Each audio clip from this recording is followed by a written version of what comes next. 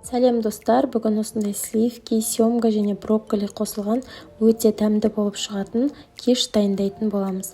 Міндетті түрде дайындап көріңіздер.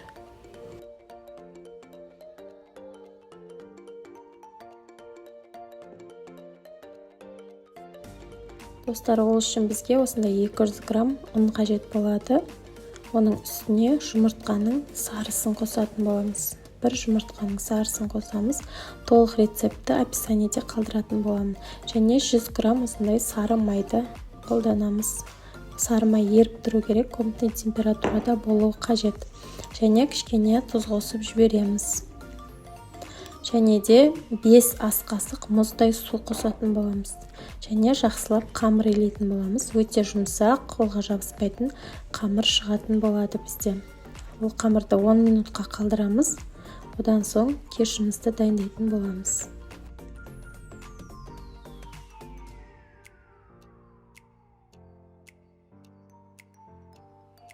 Осылай формамызға қамырымызды жайып дайындап аламыз. Енді үстіне брокколиларды орналастырамыз. Брокколидан кейін семгамызды тура солай орналастырамыз. Кубик қылып турадым. Және оның үстіне черри помидорын қосатын боламыз. Енді осы қоспамыздың үстіне құятын соусымызды дайындайтын боламыз.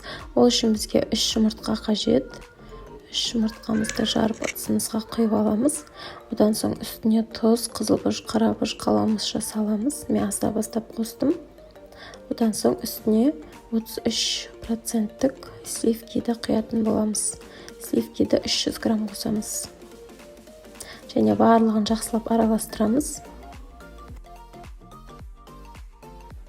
Енді дайын болған қоспамызды ыдысымызға жақсылап құятын боламыз. Барлық жеріне біркелкі етіп құямыз.